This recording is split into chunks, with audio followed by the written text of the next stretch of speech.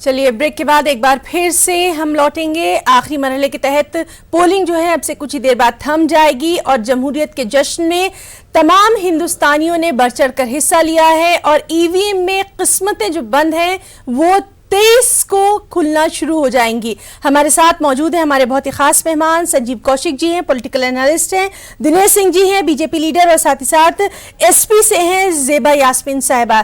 Dinesh Singh ji, break पे जाने से पहले हम बात कर रहे थे, बहुत सारी चीजें जो थी उनके आप जवाब देना चाह रहे थे, क्या कुछ कहेंगे?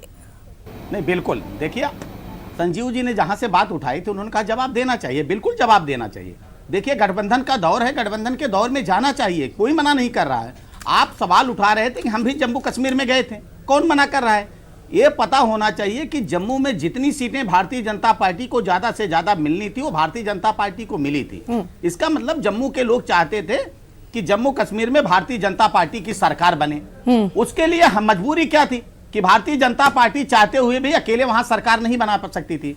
पीडीपी और भारतीय जनता पार्टी एक नदी के दो छोर थे, चाहकर भी मिल नहीं सकते थे, लेकिन भारतीय जनता पार्टी ने जम्मू कश्मीर के बेहतरी के लिए न चाहते हुए भी हमने गठबंधन किया कि हम जम्मू कश्मीर का विकास करते हैं। हमने ईमानदारी से जितनी कोशिश करनी चाहिए, जितना काम करना चाहिए वो काम हमने किया, वो काम जम्मू कश्मीर में अब दिख भी रहा है। लेकिन जब हम देखें कि हम जो करना चाहते हैं हम जम्मू कश्मीर में नहीं कर पा रहे हैं और उस विकास में हमारे विचार अलग होने के नाते, हमारी आइडियोलॉजी अलग होने के नाते वो हमारा साथ नहीं दे पा रहे हैं, तो हमने उनका साथ छोड़ा है। और माननीय प्रधानमंत्री जी ने, जब इनको महामिलावटी कहते हैं, तो प्रधानमंत्री जी ने खुद कहा था कि वो मिलावटी सरकार थी, अपनी सरकार को उन्होंने कहा था। इसलिए भारतीय जनता पार्टी इसको स्वीकार करने में हिना जी कहीं गुरेज नहीं करती है। लेकिन जिस बात के लिए अभी जेबा जी कह रही थी कि हम उत्तर प्रदेश में विकास के, आपको विकास के मुद्दे पर रहना चाहिए था।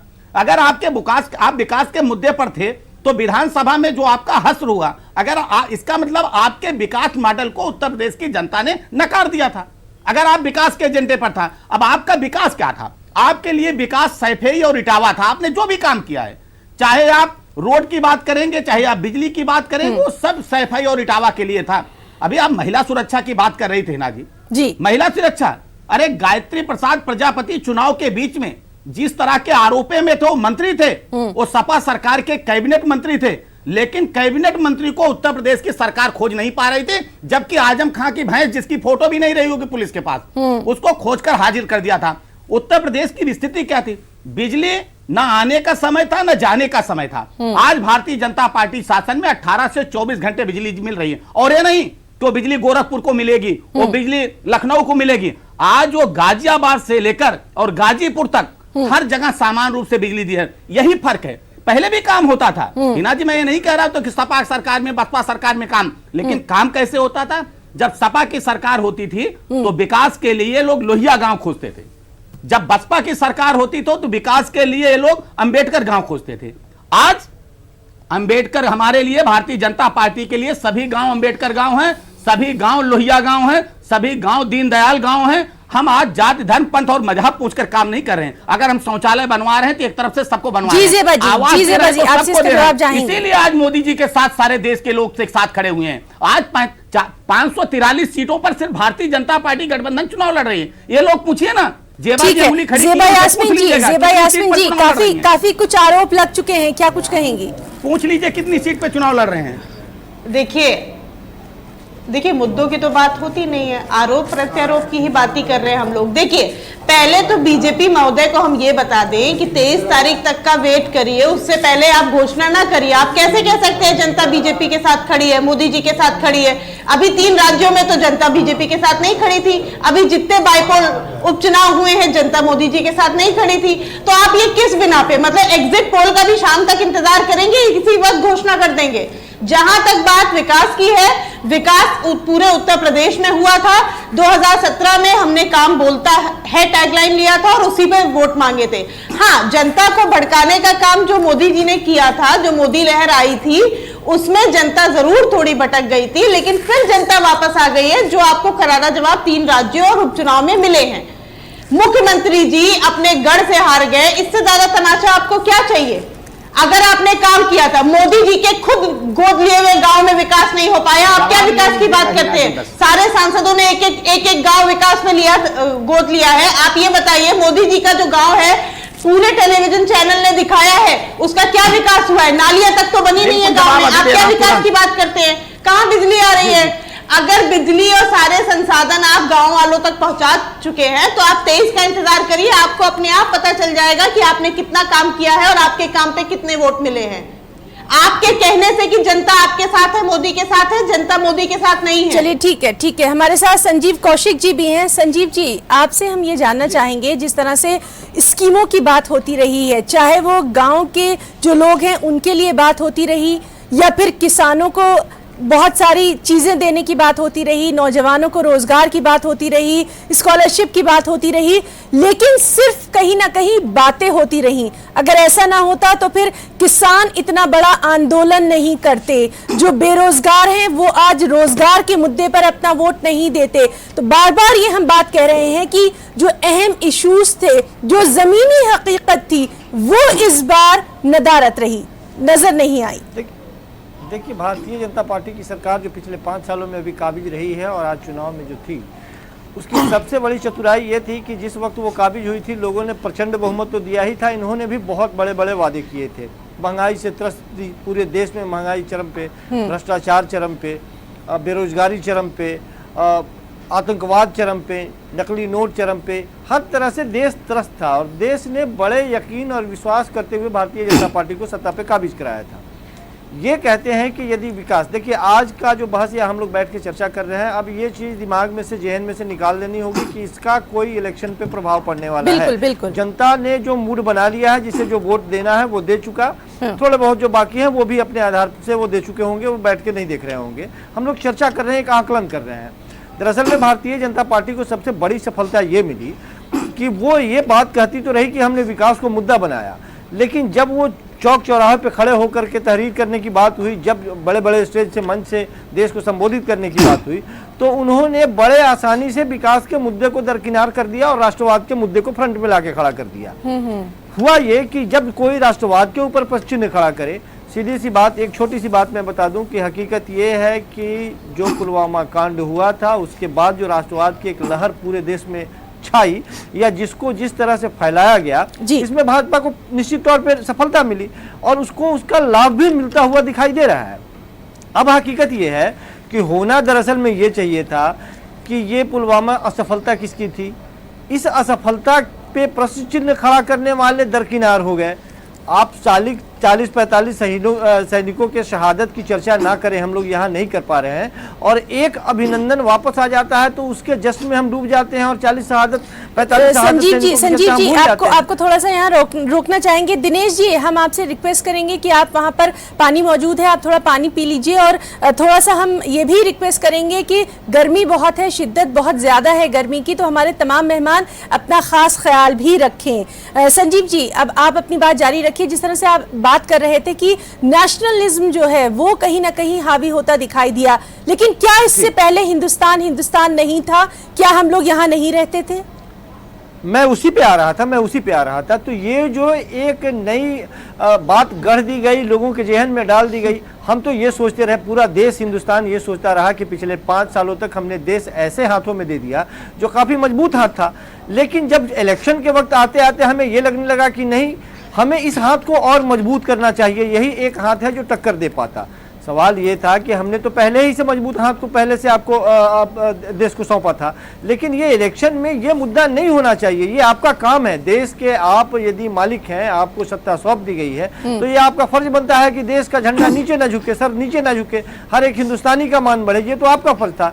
लेकिन सवाल तब पैदा होने शुरू हो गए जब उतने शहादत हुए या उतने शहीद हुए सैनिकों के नीचे पीछे पोस्टर लगा के आगे से राजनीति करने की बात होने लगी, तब इस पे सवाल खड़े होने शुरू हो गए। तब आपसे पूछे जाने लगे कि आपने बेरोजगार की बात करी थी, आपने महंगाई की बात करी थी, इस पे आप आइए।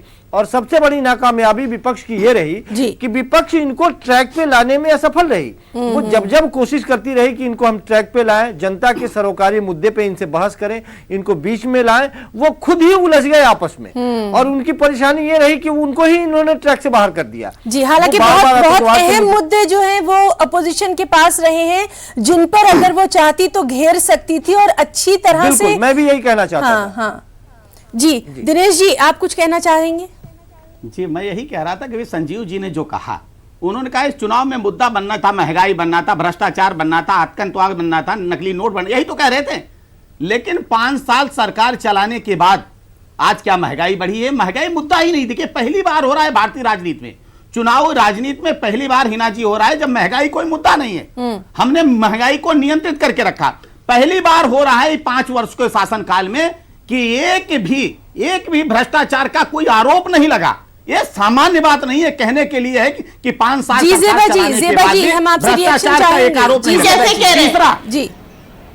तीसरा आतंकवाद की बात करें, आज आप जम्मू और कश्मीर को छोड़ दीजिए, पूरे देश के आतंकवाद को जम्मू और कश्मीर तक सीमित कर दिया। ये इस सरकार की खूबसूरती है, ये सरकार की कामयाबी है। और जिस राष्ट्रवाद की बात हम करते हैं उस राष्ट्रवाद में तो ये ठीक ही है कि देश ही सर्वोपरि है। हम कहते हैं कि नेशन, हमारे लिए हम कहते हैं नेशन फर्स्ट, बाकी लोग कहते हैं सेल्फ फर्स्ट। इनके यहाँ समाजवादी पार्टी सभी के लिए है सर, ये बीजेपी की नीतियों में नहीं है। सभी लोग के लिए राष्ट्रवाद और नेशन हिना जी बता रहा हूँ, हिना जी कैसे अंतर है? हिना जी 2-3 सेकंड पे ले जा रहे हैं। ज़ेबा जी की बात सुन लेते हैं। मैं बीच में बोलूंगा तो आप बोल नहीं पाएंगे, या तो आप तय कर लीजिए। मैं बोलूंगा तो आप बोल नहीं पाएंगे। आपको कैसे जेना जी नहीं बोल पाएंगे, या तो तय कर लीजिए। नहीं बोल सकती है, मुझसे तेज नहीं बोल पाएंगे। ठीक है दिनेश जी, अपनी बात रखिए, अपनी बात रखिए दिनेश जी। हिना जी बिल्कुल बोल लेंगे। हिना जी 3 तरह की पार्टियां इस देश में हैं। बोलिए, हम बिल्कुल जवाब देंगे। जेना जी आप सुनेंगे तो आपके काम आएगी। इस देश में 3 तरह की पार्टियां हैं। एक व्यक्तिवादी पार्टी जैसे मायावती जी, उनके अलावा कोई पार्टी है क्या? व्यक्तिवादी पार्टी। दूसरा है परिवारवादी पार्टी, जिसमें समाजवादी पार्टी से बैठी हुई है। आपका परिवार जो है वही पार्टी है, कांग्रेस पार्टी का परिवार ही पार्टी है। और तीसरा जो है वो राष्ट्रवादी पार्टी, जिसमें भारतीय जनता पार्टी। कैसे? चलिए, तीनों मेहमानों के साथ हमारी ये बातचीत जारी रहेगी। तीनों मेहमानों से हम ये रिक्वेस्ट करना चाहेंगे, इस वक्त हमारे साथ हमारी रिपोर्टर शबाना कोलकाता से जुड़ गई हैं। कोलकाता से काफी आज डिस्टर्ब करने वाली भी खबरें आई थी। अब शबाना से ये जानना चाहेंगे कि इस वक्त तक का क्या कुछ अपडेट है, पोलिंग परसेंटेज, कहां-कहां तशद्दुद हुआ, कहां-कहां ईवीएम खराब हुई, तमाम तर तफसीलात शबाना।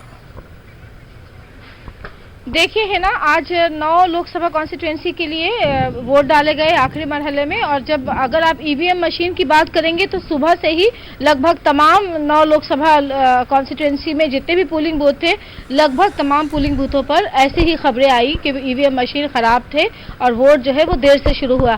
ईवीएम मशीन की खराबी की खबरें और भी दीगर फेज के इलेक्शन में भी सुनने को मिले थे, लेकिन वो इस तरह नहीं था जो आज था। मतलब आज जो ईवीएम मशीन खराब हुआ तो 2-3 घंटे के बाद वोटिंग शुरू हुई और कुछ पोलिंग बूथों पर तो वोटिंग शुरू हुई और उसके बाद फिर रोक दिया गया।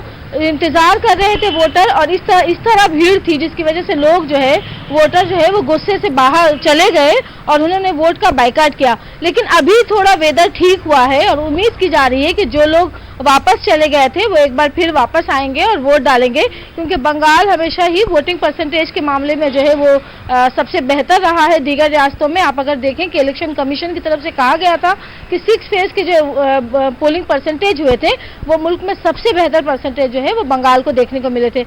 अब तक जो है वो 53 और 58% वोट जो है वो पड़े हैं, लेकिन उम्मीद की जा रही है कि वेदर ठीक हुआ है, मौसम का मिजाज बदला है तो शायद जो है वो और परसेंटेज जो है वो और भी बढ़ेगा, क्योंकि अभी भी वक्त है और पोलिंग बूथों पर जो है हालांकि भीड़ कम हुई है, लेकिन अगर मौसम ठीक हुआ है, गर्मी से लोगों को राहत मिली है तो लोग जो है वो वोट के लिए आएंगे। लेकिन अगर गड़बड़ी की बात करें तो सुबह से ही कई इलाकों में, खासकर बशीरहाट, बारासात के इलाकों में देखा गया कि काफ़ी गड़बड़ी हुई, बम अंदाजी की गई। एक वोटर जो है जो वोट देकर वापस आ रहा था, कोलकाता साउथ कोलकाता लोकसभा हल्के का वो वोटर था, वो वापस आ रहे थे जब उन्हें जो है वो जख्मी हुए वो बम अंदाजी में। तो जो गड़बड़ी की सूरत हाल थी उस तरह से तशद्दुद नहीं हुए जो दीगर मरहलों में देखने को मिले थे, लेकिन आज भी तशद्दुद की खबरें हैं और खुद इलेक्शन कमीशन ने, दिल्ली इलेक्शन कमीशन ने बंगाल इलेक्शन कमीशन के अफसरान को फ़ोन करके पूछा है कि जब उन्हें तमाम तरह इख्तियारात दिए गए थे कि वो कोई भी फैसला ले सकते हैं तो आखिर इस तरह की गड़बड़ी की खबरें क्यों आई है। ये इलेक्शन कमीशन की तरफ से कहा गया है। तो दूसरी तरफ तृणमूल मीडिया सेल की तरफ से डेरेक ओब्रायन ने कहा है कि इलेक्शन कमीशन जो है वो बीजेपी के दबाव में काम कर रही है और तृणमूल जो उम्मीदवार थे उन्हें निशाना बनाया गया, उन पर इल्जाम तराशी की जा रही है। असेंबली बाई इलेक्शन के जो इलेक्शन हो रहे हैं भातपाड़ा में, अर्जुन सिंह जो तृणमूल के एमएलए थे और बीजेपी में शामिल हुए थे और बीजेपी के उम्मीदवार बने थे लोकसभा इलेक्शन में, उनकी असेंबली सीट पर जो है आज बाई इलेक्शन था और मदन मित्रा वहां से उम्मीदवार थे तृणमूल कांग्रेस के। तो तृणमूल कांग्रेस का इल्जाम है कि उन्हें निशाना बनाया गया है और ये एक बहुत बड़ा इल्जाम है। खुद रियासती वजीर और कोलकाता कारपोरेशन के मेयर फिरहाद हकीम ने भी यही बात कही है कि इलेक्शन कमीशन ने जो आज ईवीएम मशीन खराब हुई है उसके लिए इलेक्शन कमीशन जिम्मेदार है और इससे कहीं ना कहीं बीजेपी को फायदा पहुंचेगा। जी शबाना, जिस तरह से पूरा जो इलेक्शन कैंपेन रहा हमने देखा कि इस बार काफ़ी तशद्दुद भरा रहा है। ये पूरे मगरिबी बंगाल के लिए, जो कि अपनी तहजीबी विरासत के लिए पूरी दुनिया में जाना जाता था, अपने रबींद्र संगीत के लिए जाना जाता था, अपने अदब के लिए जाना जाता था, कहीं ना कहीं बेहद तशवीश की बात। बिल्कुल है ना। आप देखें कि पहले दिन से ही जब से इलेक्शन कैंपेनिंग की शुरुआत हुई उसके बाद से ही दीगर जमातों, चाहे वो बीजेपी हो या तृणमूल कांग्रेस हो या सीपीएम हो, सभी एक महदूद दायरे के अंदर जो है वो इलेक्शन कैंपेन चला रहे थे। और क्योंकि बंगाल जो है वो बहुत हसास रहा है, खासकर अदब और कल्चर के मामले में बंगाल के लोग काफी हसास रहे हैं, वो इस मामले पर समझौता नहीं कर सकते। लेकिन जिस तरह से आखिरी मरहले की वोटिंग के लिए, आखिरी मरहले के इलेक्शन कैंपेनिंग के लिए जिस तरह से इलेक्शन मुहिम चलाई गई और अमित शाह का जो आखिरी दौरा था कोलकाता का इलेक्शन के दौरान, इलेक्शनी मुहिम के दौरान, उस रोड शो में जिस तरह से विद्यासागर कॉलेज में हंगामा हुआ और एक तारीखी मूर्ति जो विद्यासागर का मुजस्समा था वो टूट गया, ये एक बहुत बड़ी बात है। क्योंकि बंगाल के इस कल्चर पर जो है वो कह सकते हैं कि जो सियासी हलचल थी उसकी जो ज़र्ब है वो बंगाल के कल्चर पे लगी है, बंगाल के अदब पे लगी है, बंगाल के सकाफत पे लगी है। और आम लोग जो है वो बिल्कुल हैरान है कि आखिर इस तरह नीचे किस तरह से पहुंच गया। सियासत जो है वो सियासी लहर जो है या सियासी जो कहते हैं कि एक दूसरे से जो छीना तानी की लड़ाई है, खींचा तानी की लड़ाई है, वो इस कदर नीचे गिर गई कि उस खींचा तानी की लड़ाई में जो बंगाल का कल्चर है वो भी बर्बाद हुआ और शायद उसे समेटने में जो है वो काफी वक्त लगेगा। अब देखना ये होगा कि इसका खमियाजा किसको भुगतना पड़ता है और किस तरह से भुगतना पड़ता है। जी शबाना, तो बहुत बहुत शुक्रिया आपका फिलहाल तमाम तर जानकारी के लिए। तो नाज़रीन, लगातार हमारे तमाम रिपोर्टर्स जो हैं